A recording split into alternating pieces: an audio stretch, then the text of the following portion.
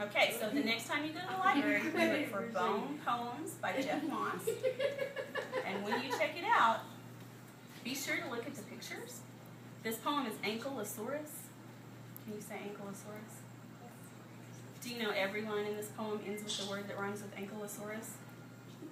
They're all made up words. Isn't that silly?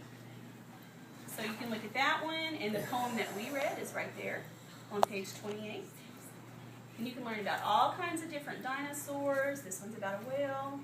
All kinds of... I didn't know that whales and dinosaurs and stuff were Huh? I didn't know that whales and dinosaurs and stuff were Isn't that crazy?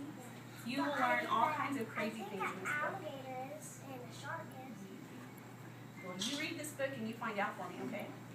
All right. We don't really go to the downtown library. I think I'm going to take it. All right.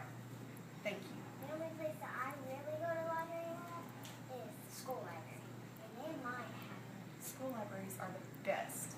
But sometimes I'm really looking forward to a book, and I go there, and it's not even like that. So frustrating. And I just missed it like yesterday.